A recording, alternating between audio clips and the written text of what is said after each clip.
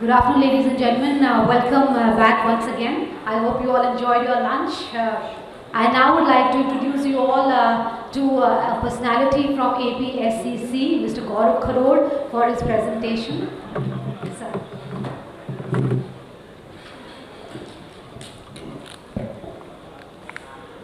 Hello everyone, I'm Gaurav from Intelsat, and you might not see on the agenda that I have a few minutes to talk about. My scheduled plan was to talk at 1 o'clock, but we had technical glitches, and therefore I'm now speaking for a few minutes before the next session begins. Sorry, I'm panting because I ran thinking I'm late. So I represent Intelsat. We are members of APSCC, which is the Council for Asia Pacific Satellite Companies. Can I go to the next one? This is a non-profit organization.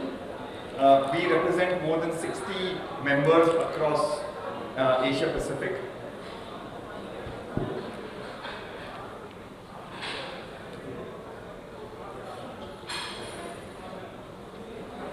So APSCC, we are members of APSCC, and I am representing them today at this event in their absence of representative from APSCC.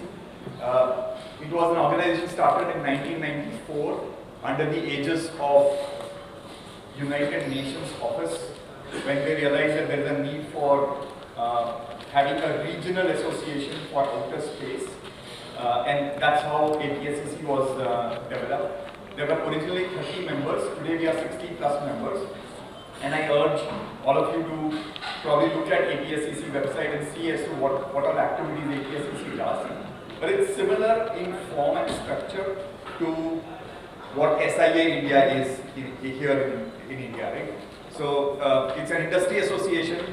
It is supposed to take care of stakeholders like all of us here. All the members, get members together. Activities around the members includes an annual satellite conference, which happens towards the end of each year.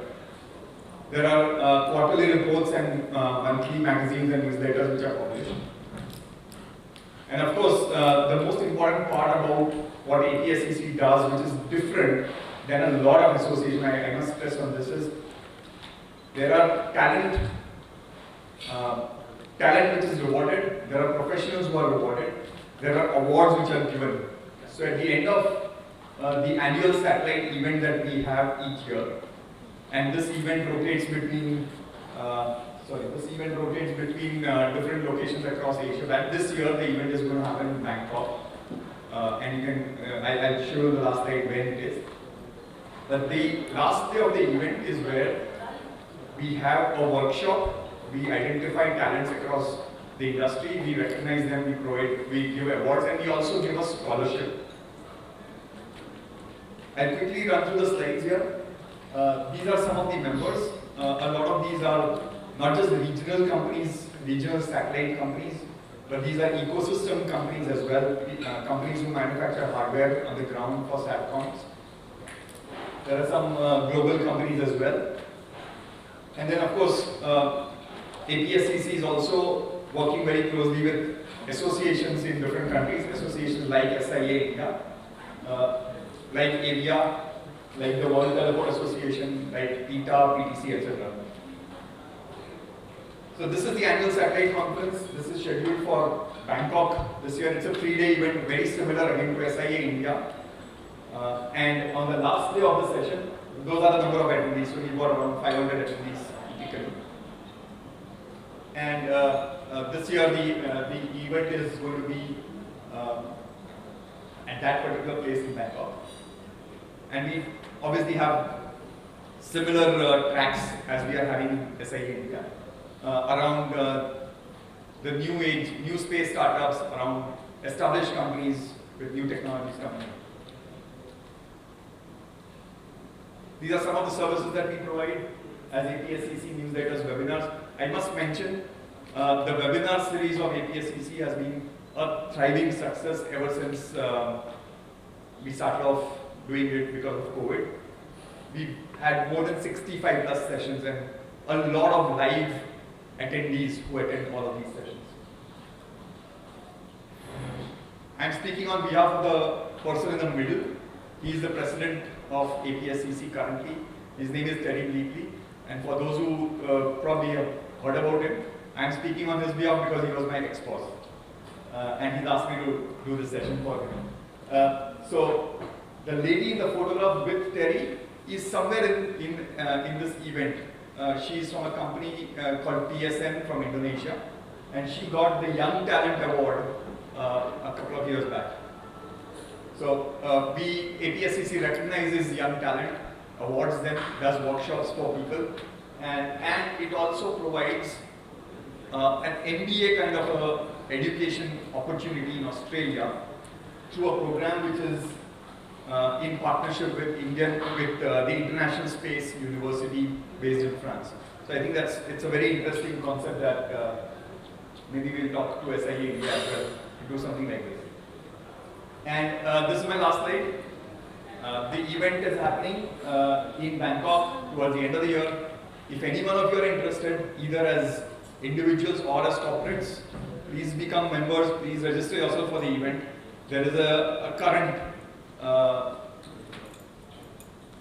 special offer which is going on, and you can get reduced rates right now.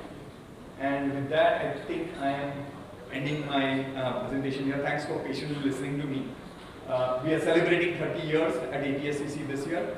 The membership has increased from 30 to 60, and we hope it increases more. Thank you all.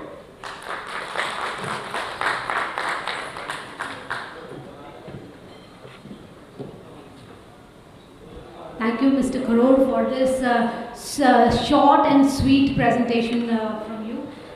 Ladies and gentlemen, I would like to convey to all of you all that at Indian Space Congress 2024, this year we have 15% of presence of the ladies. So it's quite a number, so I would request you all to please put your hands together for all the lovely ladies that we have with us.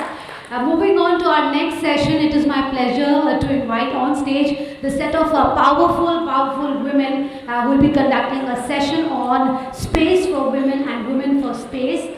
Join trailblazing women in Indian space for insights into their innovative projects, challenges and visions. Explore diversity, inclusion and untapped potential in STEM. Inspire the next generation of women innovators and drive the industry forward. Ladies and gentlemen, please put your hands together and join me in welcoming the chair of this session, Dr. Ranjana N, Director DSTA, DRDO. Welcome, ma'am.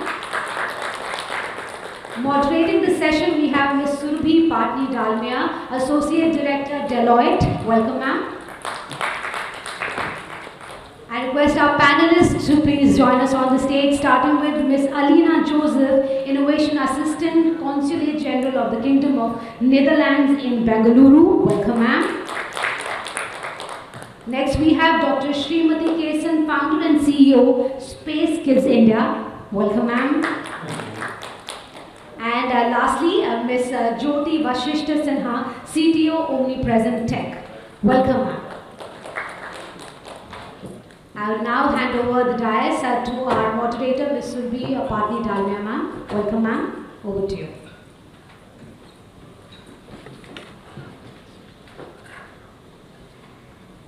In a domain where dreams literally take flight and boundaries are pushed quite literally beyond earthly limits, women have been actively participating now more than ever in every aspect of space exploration and innovation. A very good afternoon, everyone. I am Surabhi Patni Dalmia, co-leading the space sector practice in Deloitte, India. It's a privilege and an honor to be moderating a panel on women in space and space for women. Let me start by introducing my power-packed panelists for the session. We have Dr. N. Ranjana, Scientist and Director, Directorate of Systems and Technology Analysis as our chair. During her 30 years of journey in DRDO, she worked on naval systems and missile systems development, a graduate in physics and postgraduate in computer has published papers in national and international journals. A perfectionist with great passion for her work, an avid reader, writer, blogger for technology, fitness freak, and enjoys badminton. A very warm welcome, ma'am. Next, Dr. Kesan, that is Dr. Srinidhi Kesan, founder and CEO, Space Kids India. Dr. Kesan has committed herself to identify and nurture future scientists by working in the areas of space education with school children. Her team members are the children with which Space Kids support call her Space Mama. She's upcoming with an ambitious project where 108 countries and 108 girls from each of these 108 countries will be involved in building a spacecraft to be sent to lunar orbit. A very warm welcome, ma'am. Next we have Ms. Jyoti Vashisht Sinha, CTO Omnipresent Tech. She has led teams in designing and developing a variety of robots, including bomb disposal robots, social robots, and so on. She was also integral in building the entire navigation and perception module for the Chandrayaan-Pragyan rover. Recognized for her contributions, she has been awarded the DOT Diva Top 10 Computer Scientists by the US National Science Foundation for being a role model for young women in science and technology. A gold medalist in the DSTA Stanford India Innovation Growth Program, an avid yoga practitioner running 3 startups, 2 kids, and 1 omnipresent tech. Very warm welcome, ma'am. Last but not least, we have Ms. Alina Joseph, Innovation Assistant, Consulate General of the Kingdom of Netherlands in Bangalore. Alina is working for the Netherlands Innovation Network, where she's bringing together Indo-Dutch synergies in the space sector. She also worked in several space forums like SGAC on space policy advocacy, also a budding podcaster of the channel Space Smokes. A very warm welcome to all of you. Today we gather here with a panel of these inspiring women of space sector who not only embody the vast expanse of the entire cosmos, but also the intricate mechanisms of the satellite. Very warm welcome, ladies. Can we have a round of applause, please, for them? Let's make it really, really loud. Thank you so much. So now let's start by understanding my panelists. So first question would be for you, ma'am. What inspired you to pursue a career in space sector back in those days, or rather science back in those days? And also, if you were given a choice today, go back 30 years, would you still make the same choice, or would it be something else?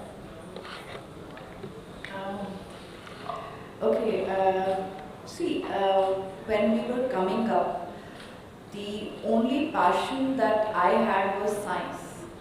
And there was no other subject that I could think of because I was not good at history.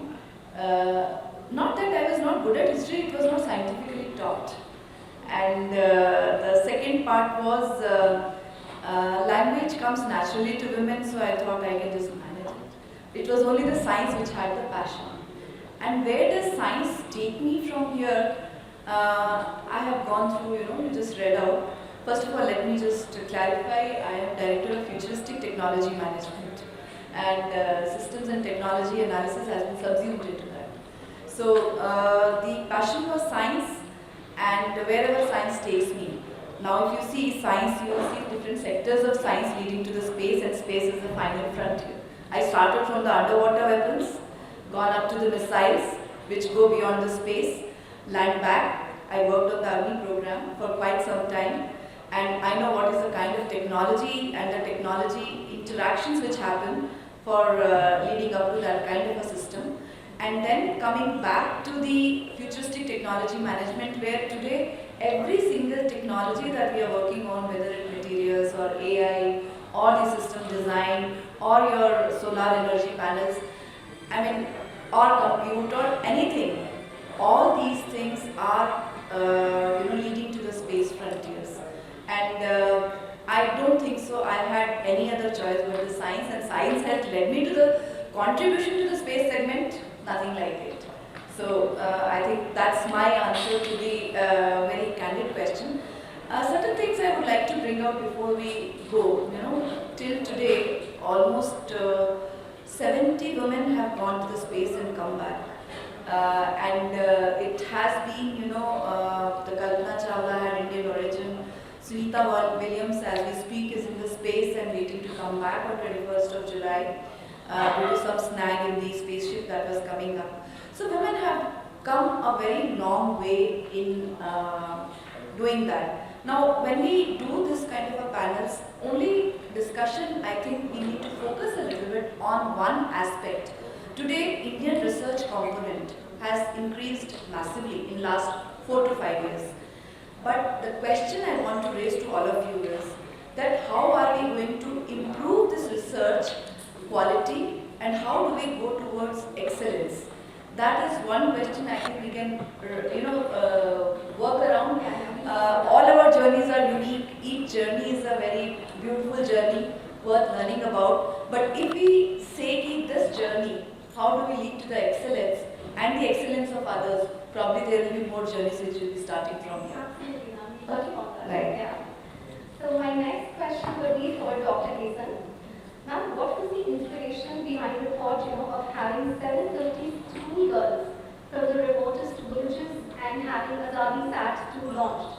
Where did that idea stem from? That is number one. Number two, did you face any backlash when you discussed this idea with your stakeholders?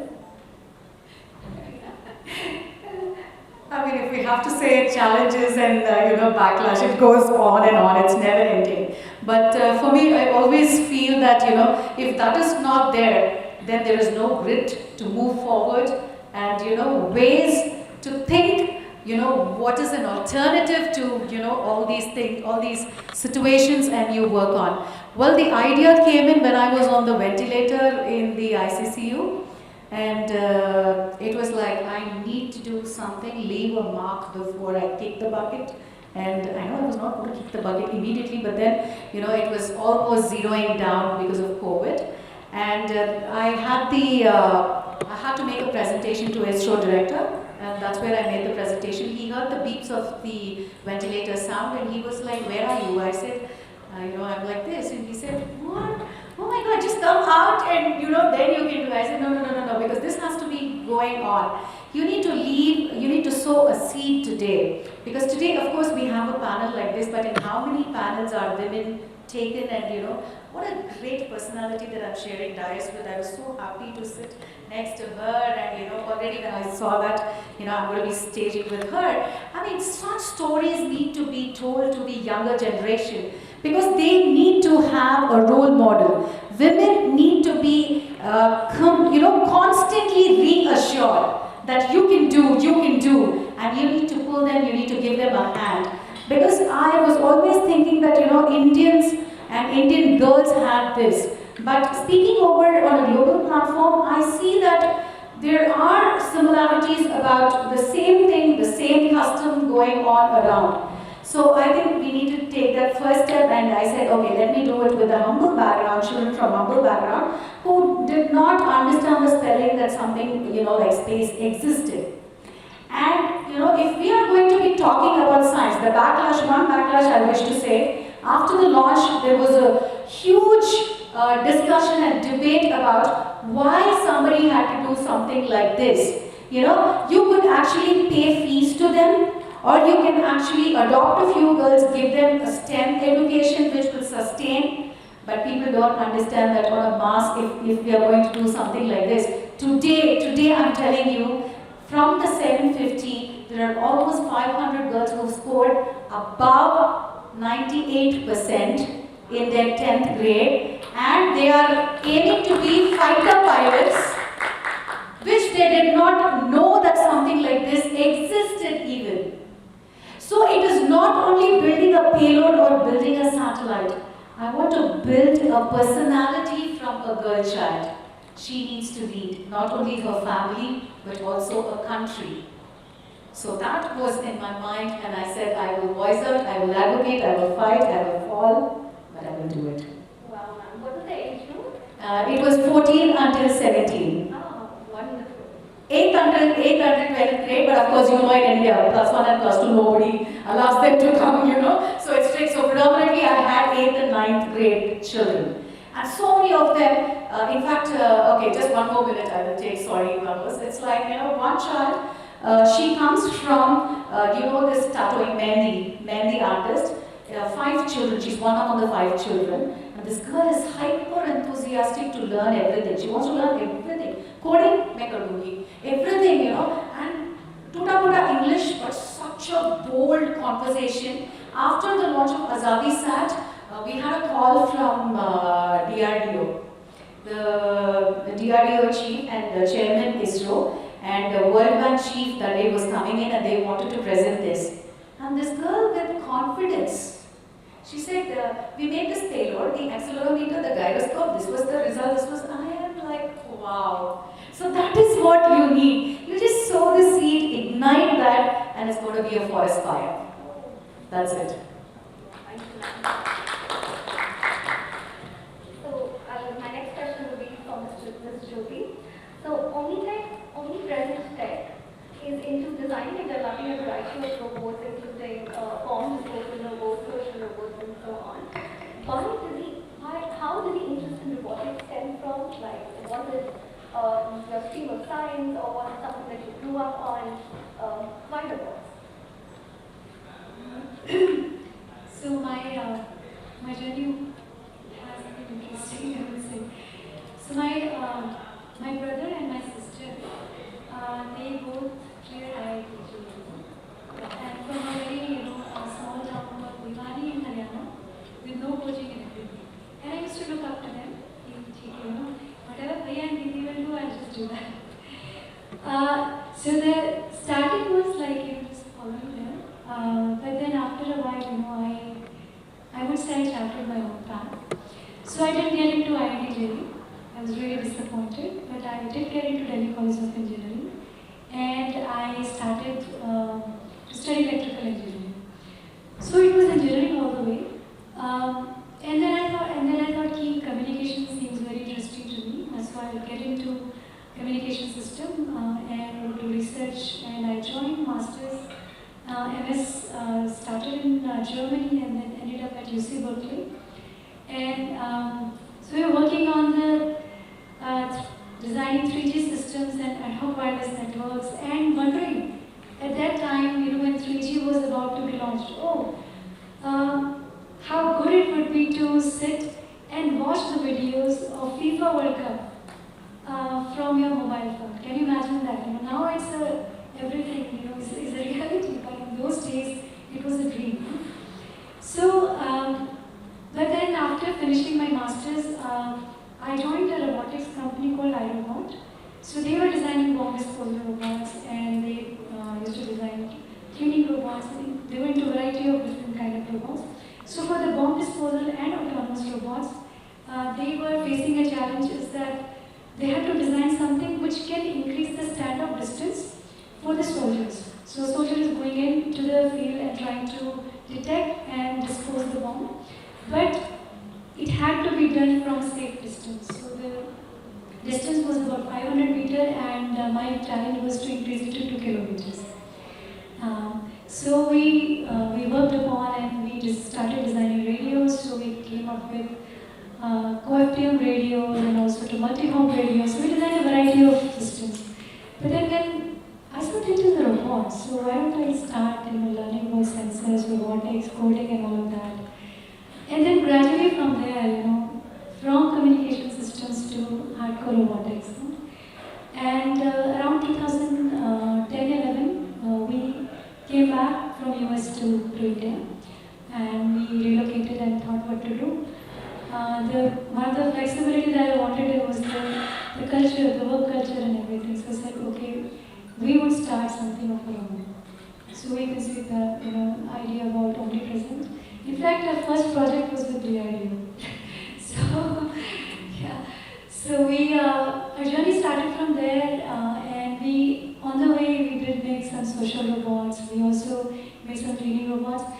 One of the things we understood was that the market was not ready. So we were ready. So if you visit a place sometimes, you can see a whole museum of robots, different kinds, and we worked them on all.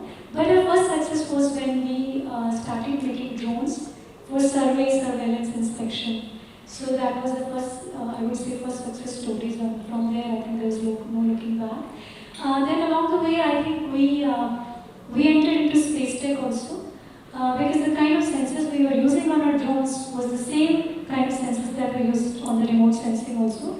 So one of the challenges that we did, we just started working on it. I think, in fact, just 2 days ago, we signed a contract with MOD for designing a change detection module for onboard satellite.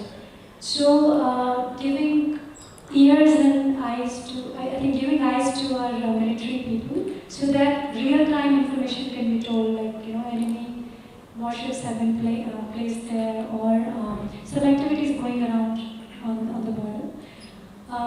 And also recently we also worked on Chandrayaan. So I think now we can say that we are into space tech and robotics anyways. So we are integrating the AI solutions that we worked on robotics. We are taking them to the space tech also. Chandrayaan experience was very good. I would say working with ISRO people day and night in the labs and making sure that working with them with their humble attitude, with the simplicity was something that is a big life lesson. Thank you so much. Thank you. So, Alina, my last question for this round will be with you. What was the inspiration or the thought behind taking a master's in geopolitics and international relations after completing your bachelor's in physics? So, and what advice would you give to people who want to, have that kind of shift in the career? Yeah, thank you so much, Ruby, for that. And first of all, I have to start by saying that I'm so humbled to be amidst all this amazing panelists and, of course, an amazing moderator. It's so humbling for me. And as a one-word answer to the question, there was no thought process behind it. Yeah, I mean, I was meant to be here. That's what I would say. But I mean, when I did physics, of course, it is again connected with the whole topic. Like, I was forced to do physics, even though I was, okay, my grades were all good, but still, like, I didn't want to pursue a career in science. But my parents were like, no, you have to do physics. I mean, girls don't do any other, like, streams or engineering, anything like that. After doing physics, I was like, either I'm going to stop with this or I'm going to find another career. That's how I was a little bit interested in pursuing UPSC. So I took a year gap. And in the middle of that, I found this course which was of interest for me. And it was in Manipal. And I convinced my parents, I went there. There also, my background in physics sort of haunted me, where my professors were like, oh, you will be very interested in exploring science and tech policy. I was like, okay. So there I had different options: nuclear, climate, energy, and space. And of course, space was very interesting. So this whole hustling to end up in the space sector and to be an advocate of space policy started when I joined Masters itself, and then COVID happened, and a lot of things in between. And I'm so happy about the way and the decision I made, the decisions I chose. And yeah, one thing led to another, and I'm currently here. I am, the place where I'm at right now. And as a, what do you call, like advice to the upcoming generation or the young people who are there in the audience, maybe. Of course, my background is a multidisciplinary background, and I didn't plan that, but I would say multidisciplinary background is a key or is an asset in the current sector we all are in. Like every space or every engineer that you see out there, they also have an MBA background which they take after like working for 3-4 years with a company.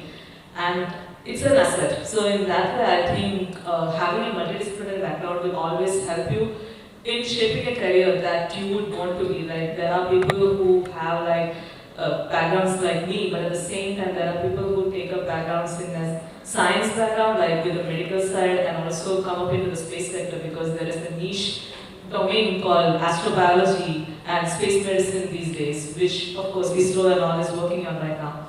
So I think multidisciplinarity is something that the upcoming generation should also work on with their career trajectories in the future.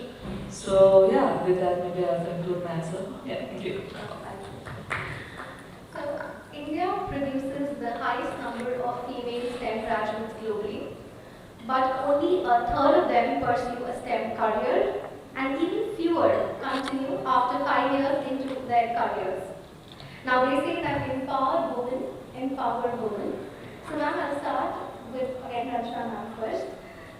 Being a senior scientist of our country and being a senior leadership role at DRDO, what strategies or recommendations would you suggest so that we have less seepage after mid or early career women? Being the country that we are, let me not talk about today. Let me go back into the history. How many of you know that Rig Veda, there were some 30 Rishikas who contributed to the various hymns of the Rig Veda. And so is with the other Vedas. And how many scientists, the Leelavati's 100 Daughters, I think you must have seen that book. They talk about a lot of such women who have been contributing to the science very well. Somehow there was a shift in the times, which we all know that the immediate history that we are thinking about did not give value to the women. And I find women very, very logical. They are able to understand big picture much better. They are able to assimilate things faster. They are good at articulation. I'm not saying that men are not good at certain things, they are also very good at certain things, but women fail to understand their strengths, and they were not understanding what their potential is. And a societal mindset made them, okay, this is where you belong. Now that was accepted by women. That's the mistake. Now if we don't accept that stereotyping, or we don't accept that this is where the cliched outlook of a woman is, I think it's all within us to actually rise. Now, this is for me, if I make my own decision that I love science and come what may, I'm not going anywhere else. It's my choice. You will find ways, but the decision is yours. I mean, in today's scenario, you have the support, all-round support for the women. The families are supportive. The whole ecosystem of the taking care of the children is available. The doctors are good. The general health of the whole society is better, where women were earlier contributing. The cooking system has become very professional, which maybe I am not good at. So the thing is, the things which women were looked up to, there is a continuous support available. It's for women to decide, yes, I want to go. They will find all the solutions themselves. Why women are seeping out of it? Maybe, probably they are taking it, it's too difficult to handle too many things. But you don't need to handle all of them. You have the support available at various levels. You just have to look for it. I think same thing men are doing it. They also find support wherever it's required. I mean, no man is doing plumbing at home, they'll just call a plumber. Same thing women has to do. So this is where I think when a woman has to not drop out of STEM, I'll tell you, I always feel we are very proud. 15% of DRDO scientists are women. Many of them are at the top. 15% of the women are participants of this. But is 15 enough? Why not 50? We are 50 by population. So I'll just come back to it. The thing is, the kind of nation building that is required today, it requires equal contribution of women. It requires that much more of logical thinking and that much more of efforts on the women folk to actually take the nation where we really wish to be. So that's my thing, that why are we saying that the working population has to be 15% and not the 50% from the folks that are equally intelligent, equally capable and enterprising. I mean, I'm sitting next to all the entrepreneurs here and the professionals who are in the sustaining a lot of ups and downs and talking here with a smile. I think it's possible for everyone. It's the decision that has to come from within. Absolutely. Just To add here is, sorry, if you don't mind. See, this works out. There is a class difference. What I feel is, the upper class, the middle class, and the lower middle class, the gap is big. So when you come with regards to the upper class, what you say, I think they can, they have the say to do something. And that upper class, it's more artistic, more creative, designers, entrepreneurs. So that category goes there. The aspirant category are the middle level category. And for them, the resources are very less. Because going to a lab at 7:30 in the night, because this is an experience, because we come from a very humble background. And my sister, she is doing her PhD with genetics, and she's kind of working on virology or something. I don't know, something. I'm not too good with that. So she needs to travel at least 300 kilometers to do a testing. So the testing facilities, the labs are not, possibly in a closer proximity. And the money involved to travel, the time involved to travel and come back. So when all this is gauged, the parents say at the age of 20 years, I don't think you should do this, because every day you get to see there is so much molestation, rape and everything everywhere. So the only thing that, parents or the society can put a, embargo is on this. So that is the reason they are not able to move ahead and do anything. So again, you were having a question. Yes, I did.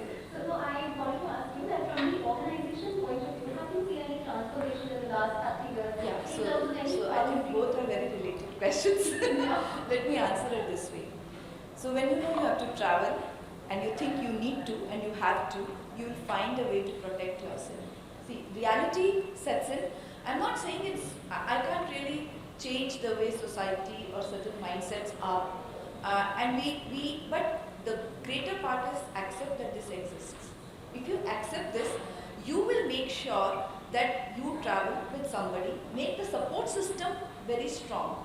Now, parents, I think if you give solutions to parents, they will come about you. You have to find a solution for yourself.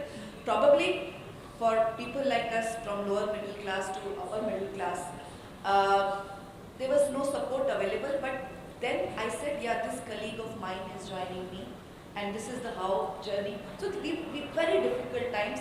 I'll tell you, for each launch, I used to have fun. All modes of travel we used to take by air, by road, and by boat to the Wheeler Island, where we used to do the launches from. And alone traveling. Many a times in Excel or infested places, traveled by alone, because the software gets changed the last. And I was in the software, and I will come the last at 2 a.m. in the night when everybody else is left, because all mechanical integration is over. But then you make sure that you have one more colleague of yours traveling with you, senior, junior, doesn't matter. You make sure the driver is reliable, from the reliable source of where you want to source your traveling support from. Make sure that you have had good food, don't stay hungry, and make sure your mind, mentally very prepared for everything. And we have got stuck, all of us have got stuck at multiple places. I was stuck in a, I don't want to name the place, but where midnight there was a complete, the whole village was up, doing some rituals, I do not know, and my car was broken down. And the vibes were that it is not very safe, because they were having certain kind of rituals which may not be there. My car was stuck. The driver was knowing that he cannot take the car himself from that ditch. 2 people, 3 people came. They helped us take up the car, but they wanted something, and the driver was sensible enough that he just, moment the car was out, he shot. So that was then, and the next 5 a.m. we were back for the launch or the trial that we were doing it. So I personally feel it's everybody. In fact, why do you think the men would not be stuck in this kind of? So I think we are not, it's just that we should not give up, and we should have the presence of mind in that time that, yes, my protection is my responsibility. Why am I always dependent on the others? That's the mindset that you have to work on. My career is my responsibility, not my family's. My choice. I mean, nobody chooses a sari for me, then why should they choose a career for me? Okay, so that's the mindset I want each woman to have in themselves. I want each woman to. That is the best statement I should. Absolutely. My next question would be to Jyoti. Omnipresent has aimed a pact with Gautam Buddha University and State Council of India to set up a drone excellence center in UP. The first 100 students that will be coming out of the program will be consumed for your own internal needs. Congratulations for that, ma'am. In your experience, how can industry leaders and educational institutes do more of that to increase the STEM education for women or in general together with the population? That's a good question. So I wanted to say something that out of those 100, we've already had 35 people join us already, and they're working in different plants. So when we conceived this idea that we want to work with the skill division with the UP government, and we want to help out in the employment also, because I think drone was becoming a big thing, and then there was a lot of employment generation that was possible. So now what we have tried to do is that to bring the women into this arena is that we are trying to tie up this with the Prime Minister Modi's Drone Didi. There's an initiative which is called Drone Didi, and that is where we have to train around 15,000 women as drone pilots. So what we want to bring, additionally to this, what we want to bring it to the table with is that not just flying. See, a pilot, if he just know how to fly a drone, will still be limited. But where can we help? We the designers, we the engineers. So we can also help them to know how to design a drone. Because we don't want to limit their journey just that, you will be called for a service, you'll be called to a plant where you'll be flying, but what next? So can you be the core contributor to this arena? So we started some training programs in which we are focusing on three things. One is that since we are working in multi rotor as well as the fixed wing kind of drones, and also to the vertical takeoff and lift. So we thought that the women that are part of the training program should go at least for 6 weeks of training just to open the drone and design it from scratch. That was the first thing. The second thing we thought is that, okay, you are a pilot. What if your drone breaks down during your flying? Can you do the minor troubleshooting there? So the second thing we started was that the step-by-step troubleshooting. We made a lot of SOPs, for them, and we took them through this program. And because in the remote places where they were, just taking care of the drone, you would have to fly to go to a city and then find a technician and would at least take a very minor change. Even if you have to change a cable, it would be in the order of, let's say, 10 to 15,000, and a person can easily do that. If we tell them, because they would be very wary of doing when we open the drones and get to the electronics. Would I damage something? So that confidence we need to give it to them. No? So that was the third thing, and the fourth thing was that giving them variety of exposure. So the starting of the training program was for the multi-rotor, but in the end we actually took them to the vertical takeoff and lift, and we had few model use cases also in the villages around GBU and map the villages also. So it was like end-to-end training. We did quite well. And also I think one other thing I missed in the beginning is that the data processing part of it. So because we have drone designers, but we also need equally important are the data processing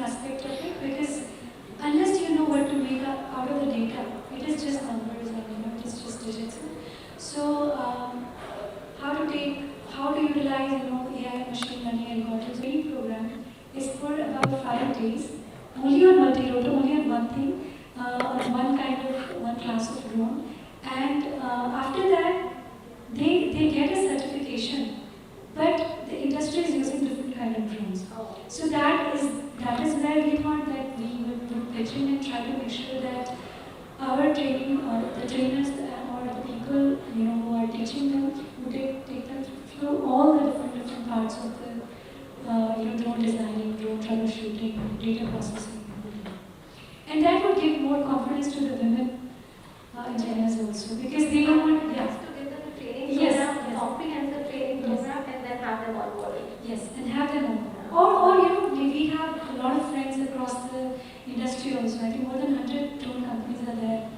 And in competitions, in bids, we are all competitors. But I think we all talk to them and say, okay, I have this person and he needs a job. Right now we can't absorb them, but can do you have a position? Yes, absolutely. Thank you. So my next question would be to you, Alina. As someone who is leading the talks between countries like New Zealand and India, and also being a co-founder and head of external relations at Asia Pacific Oceania Space Association, would you have any recommendation on how we can foster an inclusive and supportive environment for women in STEM? Yes, so I'll first begin with, so when ma'am you were saying that my career is my responsibility and my safety is my responsibility, first thing that came to my mind was this recent Netflix movie that came up, Lapata Ladies. For some reason it was like, oh yeah, I mean, of course those who have watched it might know the story, but another thing is that I'm also, maybe that idea or the thought that my career is my responsibility has led me in taking up many or getting involved with different forums in the space sector, apart from the job that I do with the Netherlands. So all are connected to space though. I started with Space Generation Advisory Council, which is like a platform under the UN Office for Outer Space Affairs for young professionals and students. And like I said, during my master's, I started my journey into getting into creating a space of my own. And SGAC was my gateway into getting into that. And getting inspired from there, along with some of my friends from the Asia Pacific region, we decided to bring up this community called Asia Pacific Oceania Space Association, or we call it APSCC, which is like a small sustainable community at the moment, where we are trying to bring in young professionals and students from across the region and connect with different experts, give them mentorship, and also help them do research programs for major conferences like IAC and all. So I would say not exactly in the STEM, but also in STEAM, like science, technology, engineering, arts and medicine. STEAM, actually I work for that, I'm an advocate for that, because we just want, we are not looking forward to the STEM background people, but we also need arts background, like people like me, right? So there should be everything going balanced, and through APSCC, I can proudly say that with the small community that we have, around 75% of it are women or young girls who are interested to pursue their career in the space sector. And we also have like different verticals on the APSCC, which is one is a workshop that we do, a design thinking workshop, which is called Cosmic Sandbox, and then the podcast called Space Mers, which is led by me. And involving all this, what we're trying to bring is also bringing the women and also the LGBTQIA plus community, the queer community as well in the space sector, and to give them the voice, showcase what everyone is doing in the different streams and everything. And coming back to my original job, working with the Netherlands, so there also, even though with India and the Netherlands there are so many space-related collaborations and partnerships going on, one thing collectively, despite all the sectors that we are focusing on right now, is the promotion of this gender equality in that way. Not just in the STEM again, like we also look into people who are working in the arts field. Like there are famous Dutch fashion designers who are working in India right now. There are so many things in that way. So I feel it also comes together in that way, like throughout my career, I've always been an advocate of having equity or equality. Like everyone should be given a chance despite their gender. This thought like, okay, he's a man or she's a woman, and there is differences. No. I mean, despite that, their the skill set and what they have, what they can bring to the table should be considered rather than their gender. So that's something that I've been always focused on when it comes to my career and also the work that I do in different platforms. Yeah. Ma'am, my question will be to Dr. Kesan now. As the only Indian decorated with ambassadorship to NASA ESA and the Yuri Gagarin Cosmonaut Training Center, how do you leverage these roles to support and inspire men or even women? Okay, you should say children. Yeah. Okay, so this was a big jump, I should say, because after 18 years of sabbatical, getting into the ambassador status to the NASA space camps was something very huge. So I really know, because we studied about NASA and we know about astronauts and everything only by textbooks. This was an opportunity where I could take children there, expose them to this great future of space, this huge industry, and give an interaction with the astronauts, with the engineers and all that. So almost about 3,500 children I have taken to all these research centers. And now these children are in Rolls-Royce, Netherlands Space Agency. Some of them are space law, they've pursued space law and all this. So this was a platform that I could, leverage to all these children, and now doing wonders. So that is what is primary. But on the background now, there was a cost quotient involved in all this. I did have children from, a farmer background, a very, very small time vendor, such children also, because the schools could support them. They were bright children, they could do that. So reverse engineering, I started working on reverse engineering, and for the last 5 years, I've been thinking that we need to build a miniature version of NASA or these research centers in India, so that even the last child of the country has a hands-on to this. See, we do have ISRO, and ISRO's opened a museum now, and SAC has got a museum. But everywhere, if you see, you've got the miniature models, you've got literature and all that going. On the contrary, when you take them to NASA, what happens is live models are there, and you have educators talking about it, and you have a program conceived around the whole system, and they get excited to, children get excited with hands-on activities. They are given small sensors and everything, at the age when they are 7th and 8th grade, to play with all these things, and to launch a water rocket and all that, and to play with an astronaut. All these things are exciting, and that triggers as to what they have to do in future. So that's the reason working on bringing this in India, so that everybody is given a fair chance, and affordability doesn't become a big question mark there.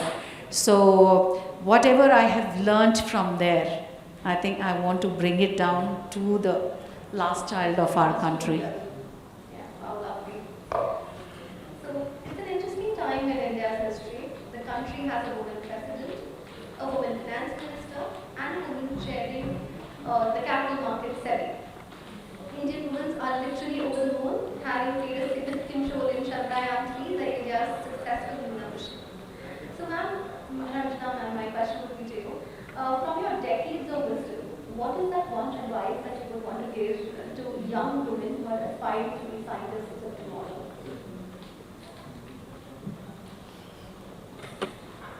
The examples that you took, most of them were from politics. So we are accepting politically to be our leaders. We are accepting them wholeheartedly that they be our political leaders.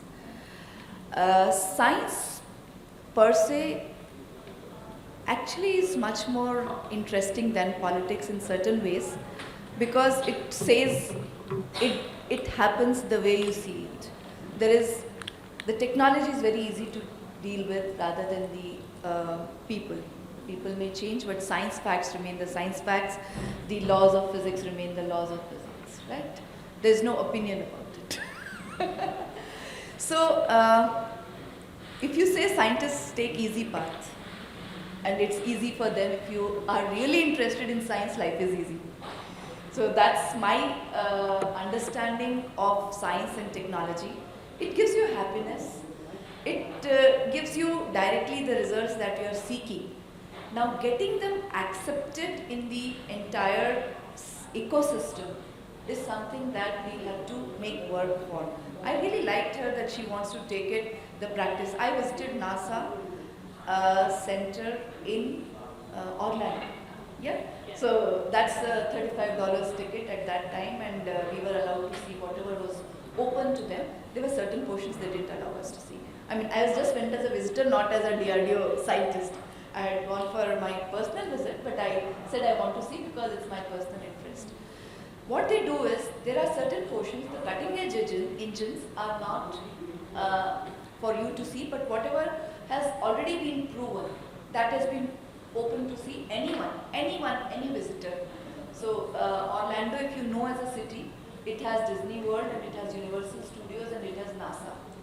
And I had to choose one of them, and I chose, okay, I can afford only to go to NASA and not to the other two places. I have not visited till now. So it's a choice that we make, and that's the interest that a woman is supposed to have.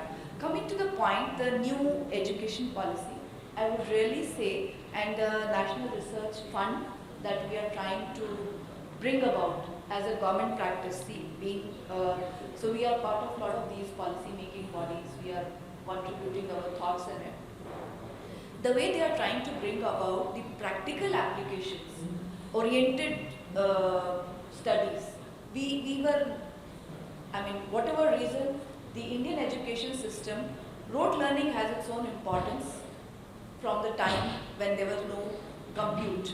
It had a value at certain point of time, but we did not stay in tune with the time, and we did not realize the information is available on the click of the button, but the interdisciplinary thinking is not available at the click of the button. So we are changing.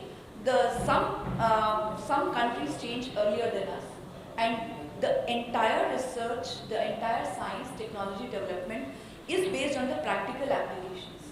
Here we are still in more theoretical space and in more rote learning methods. The application of rote learning was somewhere messed up, I think, but the new policies that are the government policies, they are very good. I think if we take them in spirit and in their letter that they are saying, the research, integrated research fund, the new education policy, totally practical oriented. In fact, the policy making is also based on data. So that's where I see the changes coming. I see where you have to generate that kind of an interest, that kind of a movement, where everything seems to be logical, even politics seems to be logical. If you go back and churn the data that she was taking, I really liked it, that really we have a lot of data being generated. As I speak, some data is being generated, the kind of people that you have registered for, you have a data, but are we really making sense of that data? So the data analysis, data-based policy making, data-based decision making, data-based practical applications that are being developed, I think that's the way we have to go. And I think the Women Connect here would be as good as a man's connect, and the way we approach the problem, I think the focus and the intent and the checklist that we want to make for realizing our goals have to be very, very practical approach, not theoretical. Theory is important, but the practice must prove the theory, and theory should evolve itself to actually meet the practice. That's my... So your advice would be to have a practical approach towards the problem. Exactly. So there is, I will not be able to... an emotional approach. Yeah, not the emotional approach. Right. Thank you. So, ma'am, I'm going to ask you, as a CTO and a person doing as much as yourself, what is that one advice that you would give to an entrepreneur who wants to, let's say, start up now?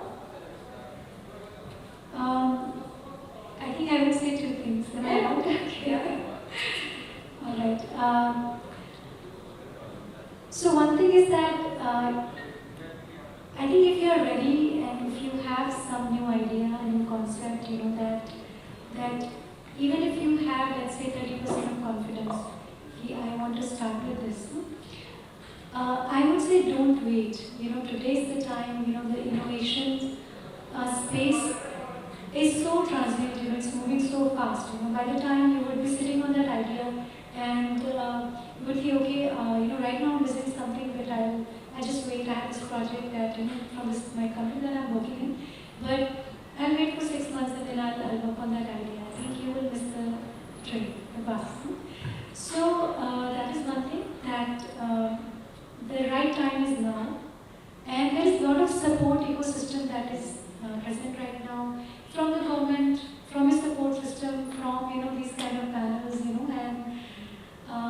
and also a little bit of risk taking. I would say that we should be ready for. For women, there are a lot of questions that come. Okay, should I start my company now, or should I settle with my family now, and then once they are my career and my family is taken care of, then I start something. So taking example from Dr. Kesan, it's your journey, it's your time. Think what is best for you. But even if you're confident, like 30-40%, start today. That's what I would say. So your suggestion would be start now, don't keep dwelling over it, Yeah. and have a risk appetite. Yeah, with open AI, I think we are in an era that you don't have time to really wait and think and just brood on okay, I'll do it tomorrow. And Rather do it. yeah, do it today. Yes. I want to add something to it. Do it now, but do it well. Tomorrow you will not have time to improve it. I think that is point that is missing in the country. Unfortunately, I see the quality of outcomes that are coming, the outcome of documents which are there. They really need to have some kind of push in terms of quality. No, I totally agree. Yeah. Do it now, do it well. The reason I said that, even if with a little, not even have 100% confidence, because on entrepreneur journey you will have some failures. You will. But I think by the time you will have concretized your ideas or your prototype or your product, I think you will already have gone through that journey, where an investor will come and say, oh, your documentation are not, your processes are not ready. So you will learn on the way. But if you don't know, you can still try. You must start and try. Here is a small add-on to that. So we have got a lot of research projects where we talk about a lot of failures. And at times, I sometimes steer the meeting saying that why are we talking so much about failures? There are successes also, and let's build on that successes. Now, the question is, there is no failure per se if you are doing a real work. And we devised a method. I didn't devise, it's there everywhere. We said we will implement this method of figures of merit. So even if you have failed in your ultimate goal, you have inched forward, and that's your figure of merit. I think that's the rule of thumb we must follow in every work that you do, every kind of work. We oriented it towards the research outcomes, which are like ideas, innovation. Sometimes it fails and it doesn't. But I think that's the point which is applicable to the entire life journey, that you have inched forward, though you have failed in certain things. And you applied for something, still you learned something by studying for it. That's what is the mantra. So Alina, how has women representation, been like in the Dutch space sector, given that you family has been with them, and taking inspiration from them, would you have anything to add to what family has been saying? Okay, I'll answer the first part of the question first. Like, how is the Dutch space sector when it comes to women representation? And talking about that, like, I think women representation, it's like a pertaining issue, or I don't want to call it an issue, a challenge maybe, since like a long time, right? I mean, there was a history where, like I mentioned earlier, where women was involved in all the science and tech innovations and everything. Then there was a history like where women was not allowed to. And I think from there, it is getting better. And earlier I was having this conversation with Srimati Kesan as well. Like, I think it will be a better world for the next, like the generation that comes after the other two, the coming two generation.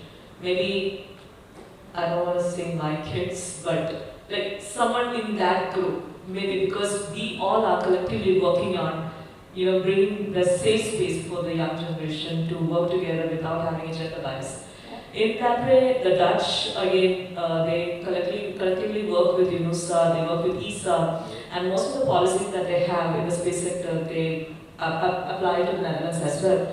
However, an interesting take on that is that the Netherlands recently came up with this feminist foreign policy, which actually brings on 3 R's: rights, representation, and resources.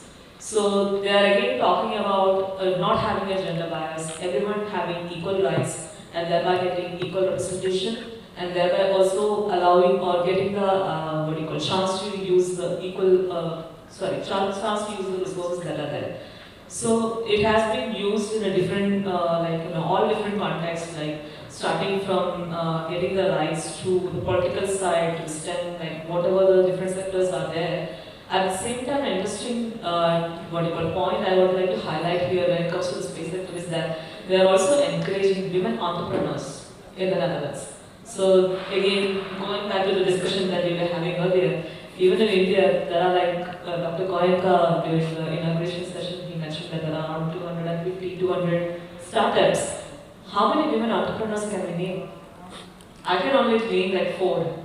I can literally name 4, that's it. But what about, that means the rest 241 are like men, which is, alarming and also a little disappointing. And I think in these kind of policies brought in by the government, not just the Dutch government, but also the governments across the world, will actually encourage women to take up an entrepreneurial role, not just in the space sector, but also in different STEM fields in that way, or STEAM fields in that way. Maybe like how the Indian government is also coming up with so many policies and opportunities like grants and things like that for female entrepreneurs, right? If they are. So similarly, that may be the one way. But if we all brainstorm together, but one thing again, I think I can recall it, so one of my friends or something was talking about this, you say brainstorming thoughts or ideas, right? And it will be a cartoon. And the cartoon will have all men on the table. And they will be brainstorming ideas for women. Without a woman, how are you going to brainstorm ideas for...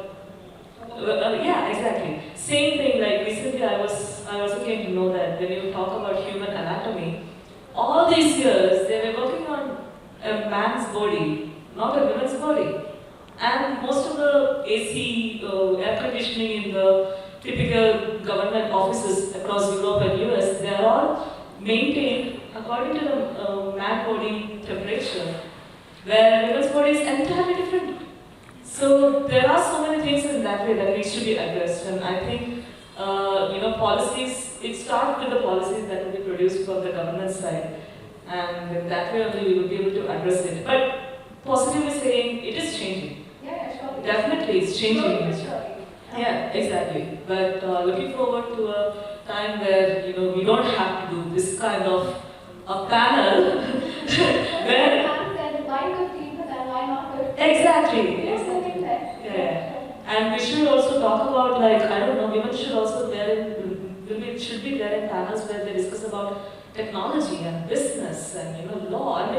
Not talking about how women should be represented. No, it should be the other way also. So yeah. I think women are breaking the glass ceiling, but very few of them. So things are changing. What she says is, the day we don't have these kind of panel discussions, that's the day we are looking forward to. And we should discuss about issues, but good point is that women are leading this kind of technology discussions, technology roadmaps, and we are at the helm of those affairs. And you are literally at the helm of that. So, but that's what I'm telling you. They have reached the glass ceiling. They are breaking it one by one, but more numbers are. Sure. I just had one Like point. 13%. Oh, sorry. Yeah, 13 to 15%. I think we need to really break it hard. So I think one small point here, extension of space. Why we have only, being the oldest, I should say, always only one woman entrepreneur in the whole, room. I know it is like. The main thing is risk taking. What you mentioned is risk taking in space. One component fails because our first venture, I should say, when we did our high altitude ballooning in 2015, in India there was no precedence. Only meteorological department had that. And I was dealing with children. And 10th grade and 11th grade we put up this. And we had to actually get the payload back, retrieve the payload. So airport authority was very skeptical. He said, this is too audacious, I should say. You give me a 10 lakh bond, or you will be behind bars if anything happens to the planes. And so how is science going to go beyond if there are going to be such embargoes? But now, of course, we've done 20 balloons now. They've understood. It was difficult. So there should be one person who pushes hard, moves that, and proves that. So until you prove, science is not given that respect. That is the whole problem. Otherwise, you are, put at bay. So women entrepreneurs, already they have so much of pressure all around. So when you invest, say for example, 1 lakh rupee on a business, you are bound to get something out of it, and you are the societal pressure, family pressure. There is so many other things to get an ROI out of it.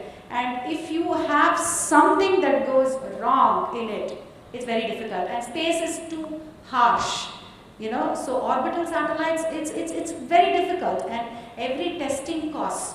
Of course, after opening up of ISRO facilities and everything, at least we are able to get in to do the testing. Otherwise, we did not have testing. And coming from Chennai, every time they have to come to Bangalore or to do all these testings. So if it is reachable, then probably some more. So every step there is something that is okay. Think about it. So when all these things are shut and you can just walk freely to do everything, I think more women will start coming up. Just that fear factor. Yeah. And just the last point, I think we have to start not here when we are in 20s and 30s. We have to start these panels, when we are in middle school. These panels should happen in middle school. And as we said that, more and more technology representation, we should be part of that. And of course, we have to prove ourselves, and many women are doing that. But at the same time, I would say that.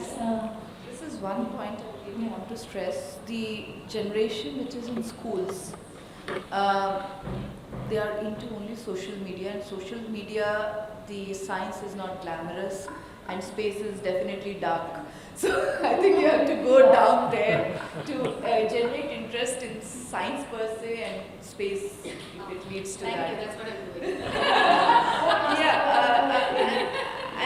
The thing is, the generation that we are talking to these days, and many of them, they are lawyers, they are chartered accountants. I am not seeing as many STEM graduates as we had seen when we were studying. There is a decline in STEM, and I think that's an alarming situation.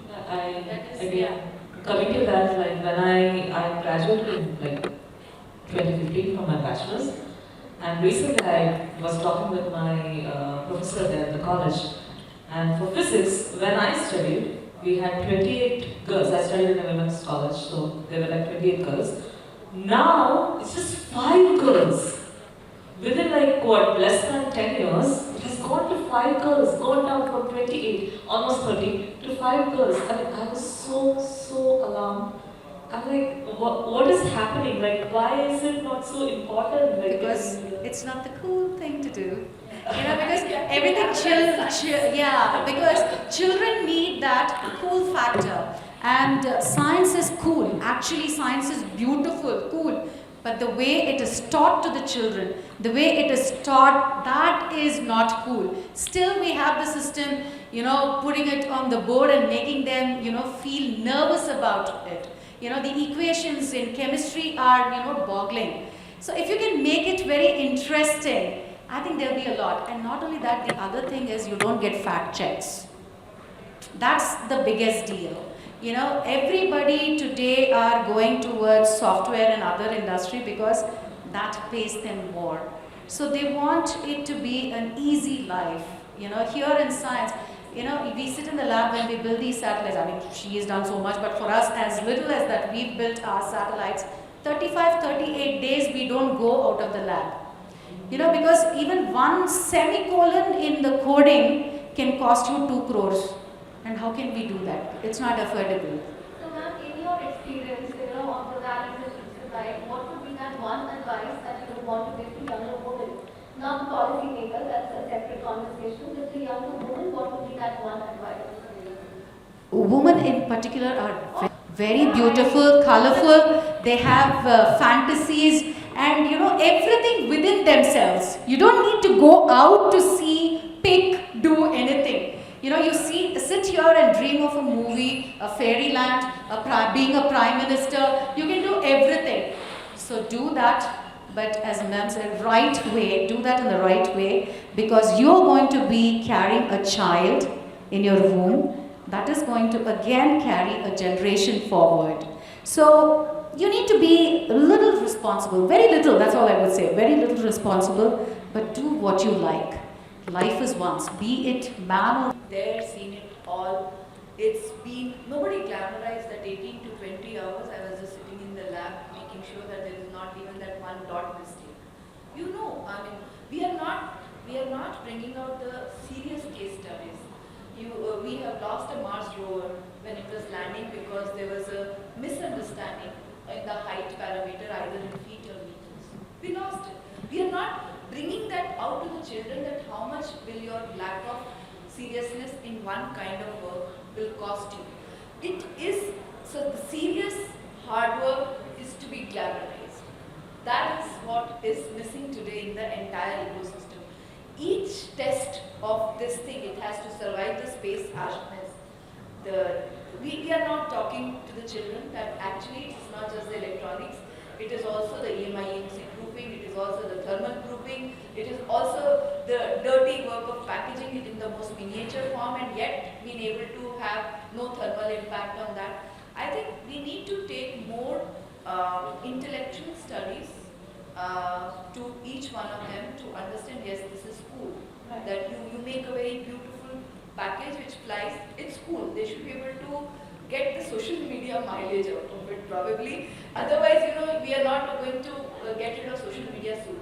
Yeah. So you have to use social media to your advantage to actually glamorize this kind of a work. So ma'am, I have to summarize all the points that we discussed. Just one other thing here is, not many women leaders like her, like Tessie Thomas and all, come to a forum, to the grassroots level to speak about it. See, because every time a school has a program where they are showcasing about careers, they show careers only sitting in a corporate firm or an advocate or a chartered accountant. For years and generations only that has been there.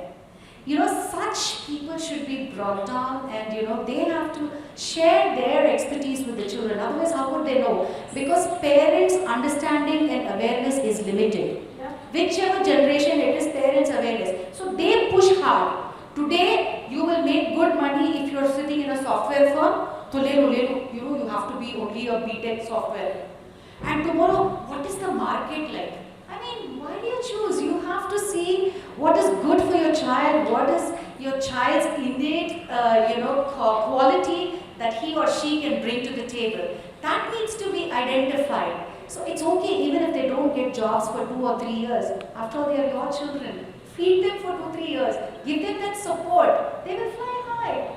I mean, I don't know why this is there always in every parent's mind, that what is hot in the industry. After 10th, they have to. And the other thing is this record, breaking.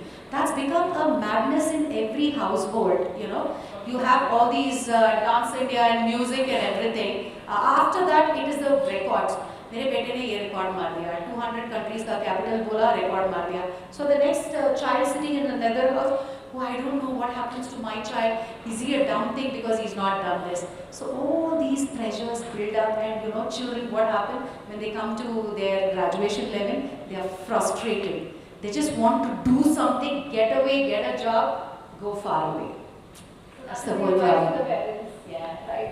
So if I have to summarize the advice which we will give to the younger female entrepreneurs or otherwise, it would first be delegate everything that you can, possibly can, have a practical approach towards the problem.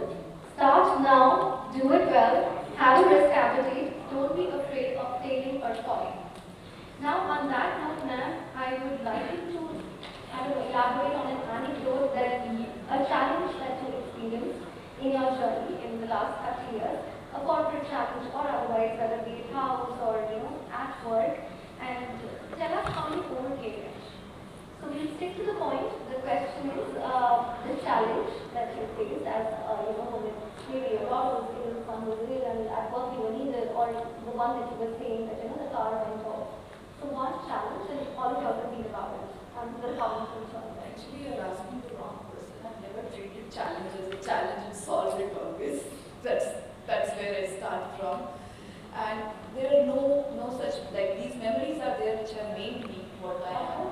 But yeah, only thing which I really felt, or not as a specific challenge, these kind of challenges we face every day. Like some car getting stuck or some pin not coming up, and there was a very serious problem, and you solve it and then you get it. Convincing the people that this is the right solution, eventually it was the right solution. So these are all professional challenges. But overall, the main thing which I felt was having focused so much on the work front, the science front and all. Sometimes you miss the time to spend with the family and the friends. And probably you think after 60 you will sit down and talk to them. I don't know whether I'm really missing and will be able to have a connect that time or not. But yes, sometimes I miss that I should spend some more time, and I wish I could find it the right royal time with the kind of connect. And it's not that I'm not connected, but I still feel I should enjoy that kind of company which is non-professional. So that is one challenge. But I think I have always been with one field, whatever challenge comes, solve it. So I really don't count the challenges, I just count what made me happy all the time. Okay, we'll find a solution in the problem. I think all of us are sitting here only because we faced all those challenges as fun moments and we've come cured. Right, so I want the audience to No, but perfect. You rightly asked that, because our first mission, we will never forget that. It was the balloon that we wanted to launch, and permissions we had to run around for about 4 months to all these government offices to prove that this is not a hot air balloon and this is a helium-filled balloon.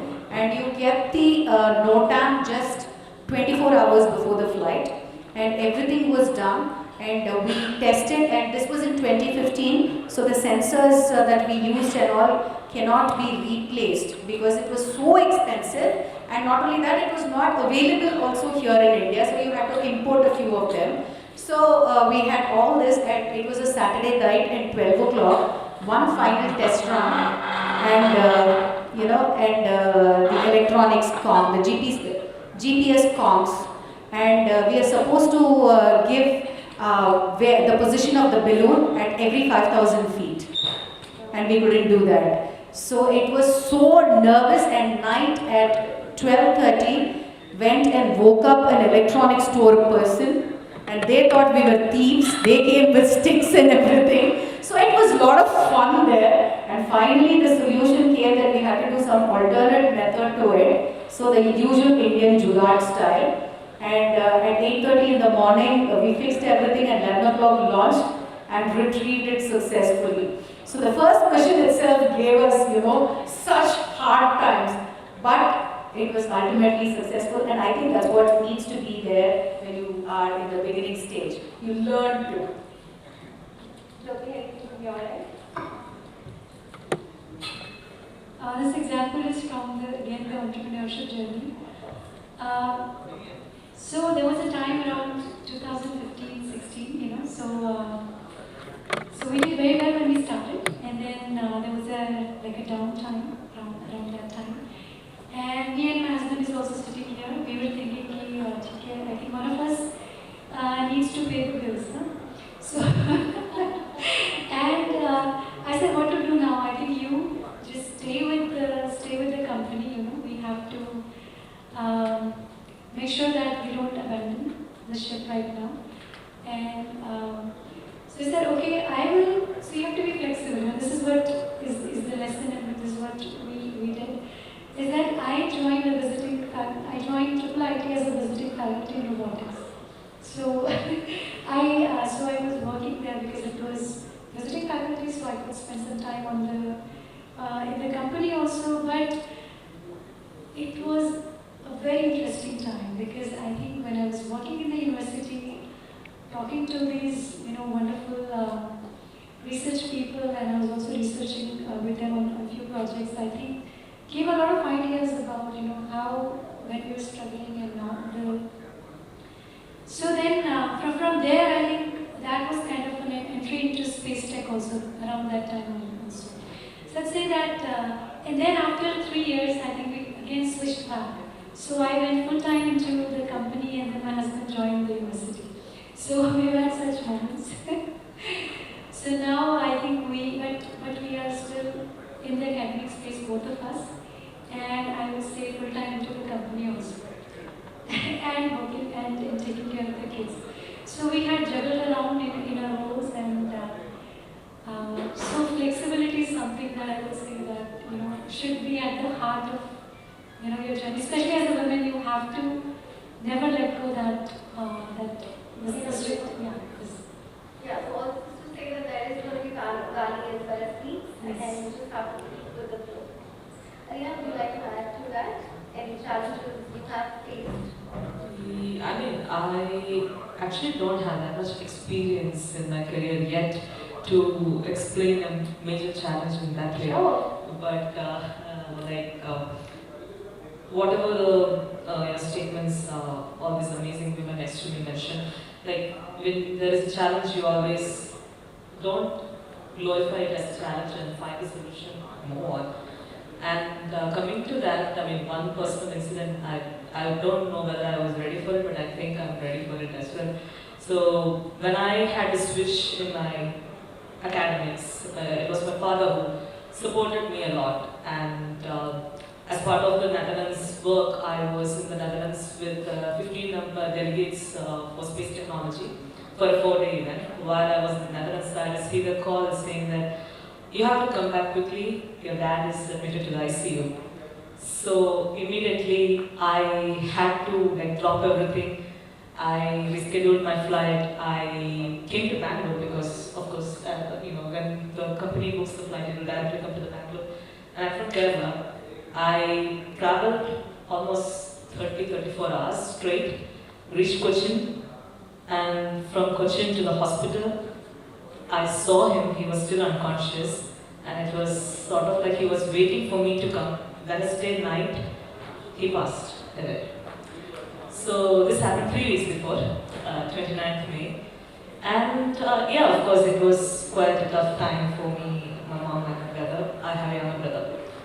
And I think that's what, I mean, things happen in your life, and you have to work it out. Nobody is going to help you. You have to find a solution. You can ask for help. People will come for help, give you help, but you have to ask for it. You have to stand up on your own, do things if you want to go ahead in life. And life moves on, and you just live your life. And I'm pretty sure wherever he is right now, he might be seeing this, watching over me, and he must be super proud. I'm sure. Yeah. So, yeah, I mean, I think this is one anecdote that I can tell from whatever limited experience that I have right now. And yeah, I think everyone's experience in that way is equally important. And that's how you grow in the sector, right? Yeah, so ladies and gentlemen, what we are trying to say is that do not give up, keep going with the flow.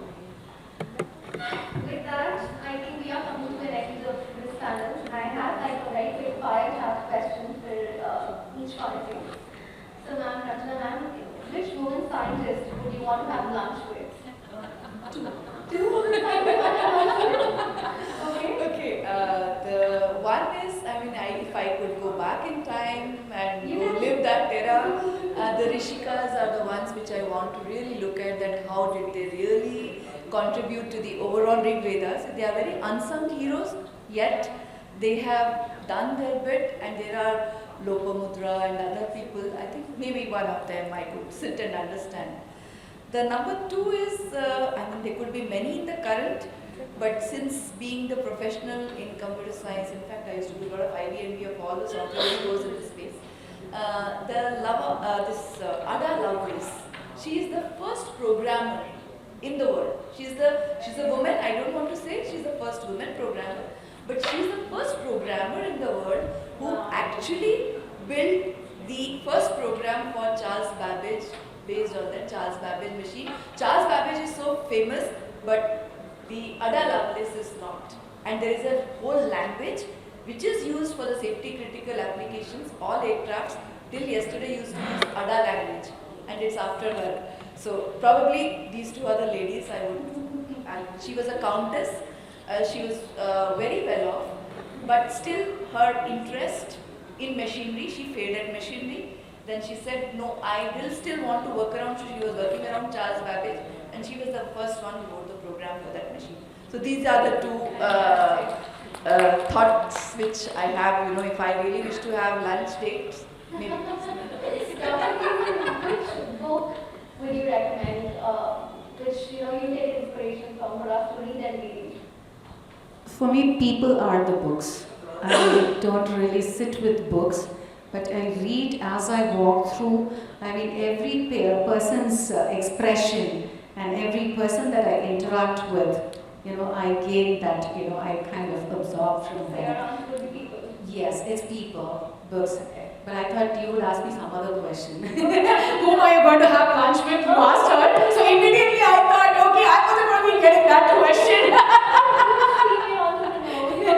Not an entrepreneur. I'd like to have it with Catherine Johnson.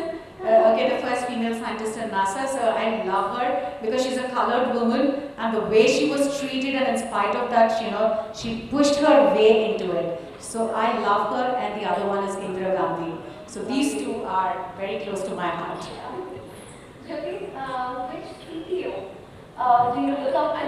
I'll ask a book question, Jonathan Livingstone. It's a very short book, but very inspiring. You fly, Jonathan Livingstone, I think seagulls. It's based on a seagull which flies because it can. Nobody asks it to fly so high and do all the things. It's a very small purple color book. Okay, so CTO, if you could ask me really any other, that would have been a different answer, but okay, so I think for last 8 years I've been following a person. Her name is Veera Murthy. She's currently the CTO of OpenAI. So people talk about Sam Altman a lot. He's the front face of the company, but the ChatGPT revolutions and everything, she has been at the forefront and very respected CTO, and the next disruptive technology, as you see, she has contributed a lot, so she's my role model also. Thank you so much. So Alina, if you were a student again and you can go back to the university, which one course would you have loved? Language, course, anything? I would have gone for what I really wanted to do when I was a kid. I wanted to study film direction. So this time, if I was given a second chance, I would definitely go for that and give it a try. You never know, maybe I will be a famous film director. That also, there are less women. A film on space scientists.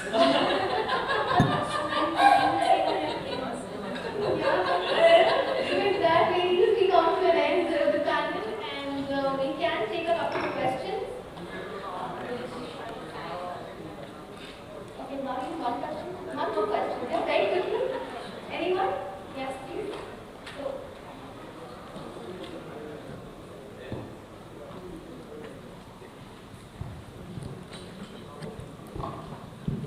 Hello everyone. I'm actually 18 years old, that's how I'm going to start. So this panel talk was a great inspiration hearing from all of you.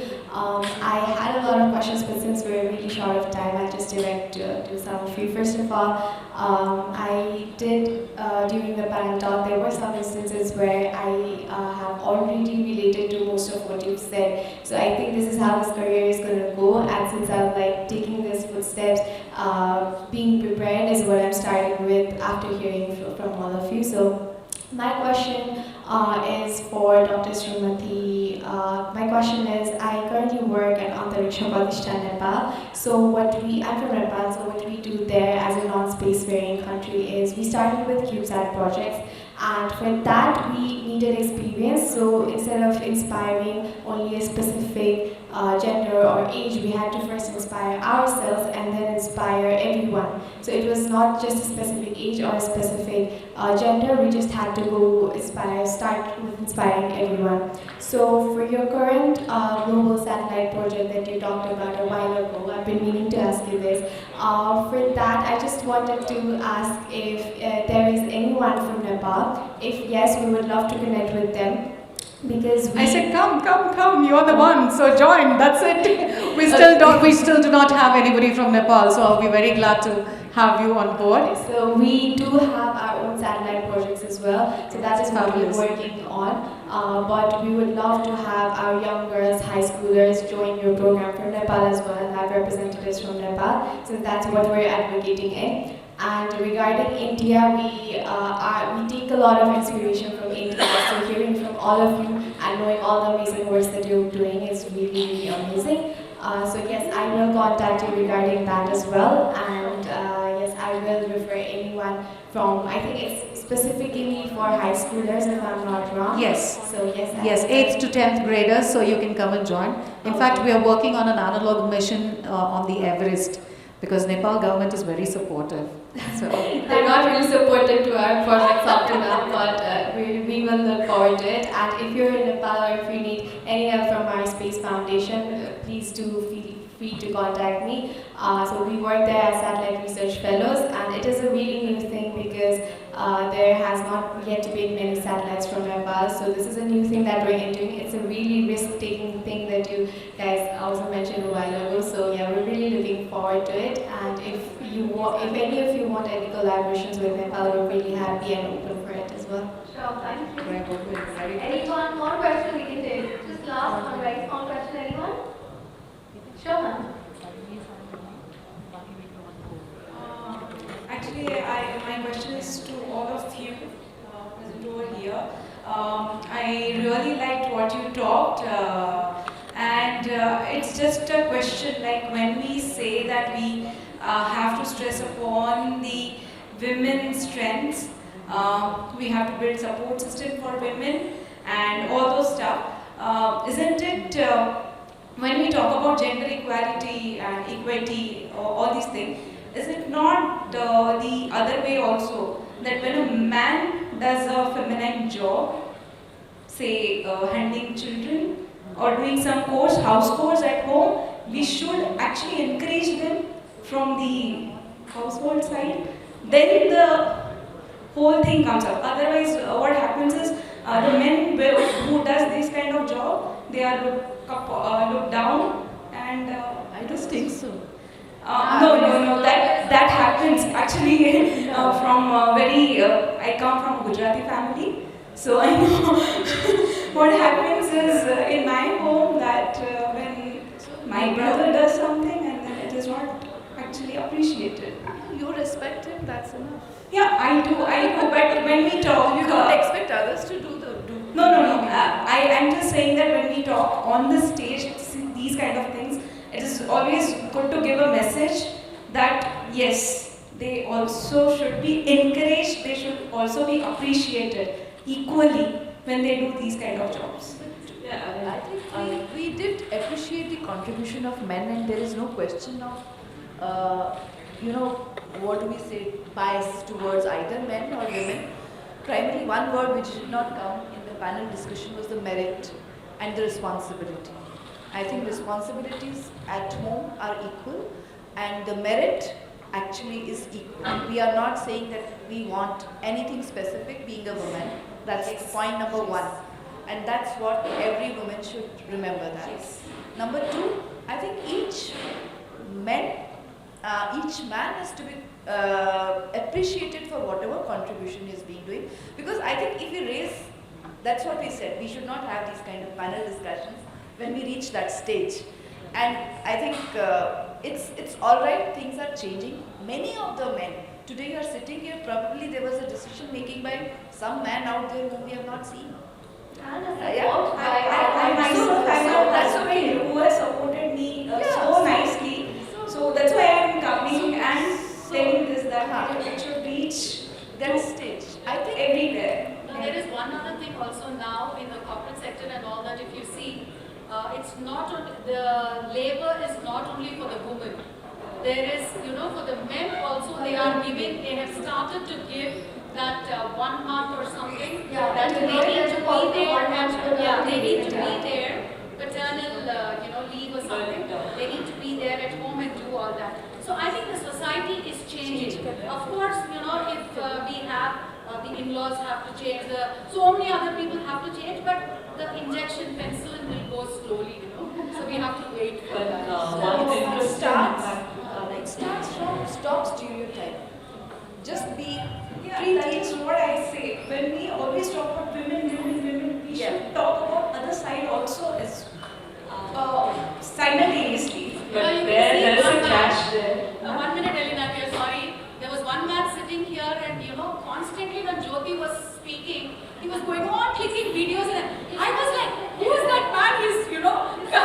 Then I understood, okay, it must be her husband. So she acknowledged that very beautifully. And similarly, you have acknowledged that your husband has sent you here today to learn so many things. We both are in the same field. Yeah, so that's beautiful. I think times are changing. No, I think I object to that. Nobody sends you anywhere. You ask for yourself, and this is the word, somebody sends me here, is not a... No, that's what she said. She sent me, and so I said somewhere some beginning has to be there. Which we don't like it, because as the empowered women. Okay. Yeah, just one thing, like why we are looking at women representation is that you said like you're supporting man doing like taking care of a child and things. Do they have to fight for it? He might say, Ma, I want to do it, or yeah, I want to do that. And we will let them do it, right? I mean, even if it is frowned upon, we will allow them to do the dishes. If they say that I want to do that. But for us, if I want to say that, okay, I want to start a space company, so many people will come and let me down, starting from my family itself. And I have to fight. There's a subtle difference, fighting and allowing them. So that's why we need to, that same thing, like not just with the women representation, but also with the queer community. The same thing is there. So that's why we want to advocate more, like why women should be represented. Because there is a fight involved, or vocalizing what we want to do. So that's the subtle difference between both the situations. I hope you got Thank you for it. your question though. Okay, thank you so much everyone. We have to end the panel in the interest of time. So I'd like to end with one very famous quote from Kalpana Chawla. The path from dreams to success does exist. May you have the vision to find it, the courage to get onto it, and the perseverance to follow it. Thank you so much for the beautiful afternoon, ladies, and everyone in the audience. Thank you to the moderator, and I think she did a wonderful job. Very well said. This really was an interesting interactive session with all the lovely ladies. Thank you so much everybody. I request Surabhi ma'am to please present a token of appreciation and love from all of us to all our panelists. Firstly, to the chair of the session, Dr. Ranjana N. Ladies and gentlemen, please give it up for the panelists here.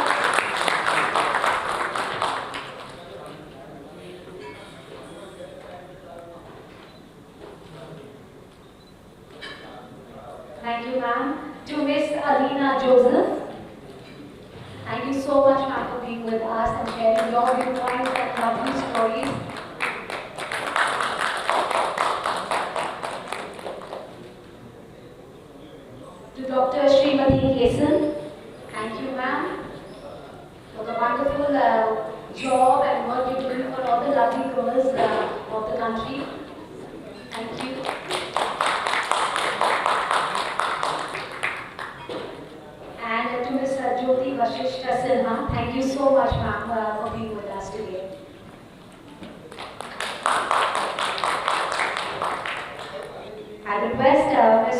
Behra, Director Communications, SIA-INDIA, to please join us on the stage and hand over a lovely memento from all of us to our lovely moderator, Surbhi ma'am.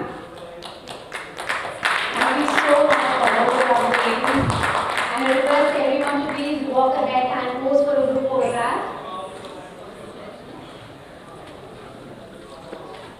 Ladies and gentlemen, with this we come to an end of day 2 of India Space Congress 2024. I'll love to see you all tomorrow at day 3 and the final day of India Space Congress 2024. We'll break here for networking tea and coffee, and we will see you all at the closing plenary sharp at 4:30 in the same hall.